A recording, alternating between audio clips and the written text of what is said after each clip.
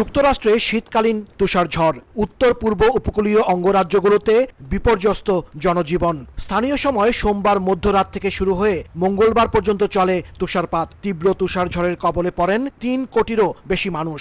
এতে ব্যাহত হয় যান চলাচল। পিচ্ছিল সড়কের কারণে দুর্ঘটনায় পড়েন অনেকে। শুধু নিউ জার্সি অঙ্গরাজ্যেই 250-র বেশি গাড়ি দুর্ঘটনার কবলে পড়ে। এতে আহত হন অনেকে।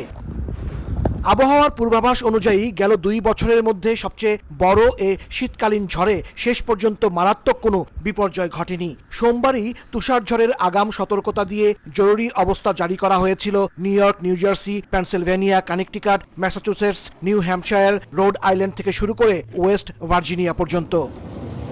স্থানীয় প্রশাসন জানায়, ঝড়ের কারণে বিদ্যুৎ বিচ্ছিন্ন হয়ে পড়েন লাখ লাখ মানুষ। শুধু পেনসিলভেনিয়াতেই বিদ্যুৎ বিচ্ছিন্ন হন প্রায় 1,25,000 বাসিন্দা। পূর্ব ঘোষণা অনুযায়ী New York, New Jersey, Connecticut ও ম্যাসাচুসেটসের বিভিন্ন স্থানে শিক্ষা প্রতিষ্ঠান বন্ধ ছিল।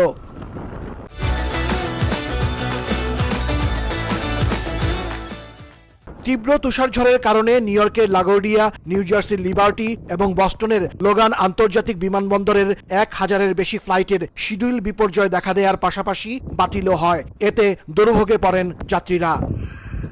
নিউ ইয়র্ক সহ যুক্তরাষ্ট্রের উত্তর পূর্ব অঞ্চলীয় অঙ্গরাজ্যগুলোর কোথাও কোথাও নিউ ইয়র্কে যেমন 8 ইঞ্চির মতো তুষারপাত পড়েছে, অন্যান্য বিভিন্ন অঙ্গরাজ্যগুলোতে 1.5 ফুট পরিমাণও তুষারপাত রেকর্ড করা হয়েছে। আর তুষার পরবর্তী শীতকালীন ঝড় পরবর্তী এখন পরিস্থিতি সামাল দিতে ব্যস্ত সাধারণ মানুষ। হাসানুজ্জামান সাকি, সময় সংবাদ, নিউ ইয়র্ক।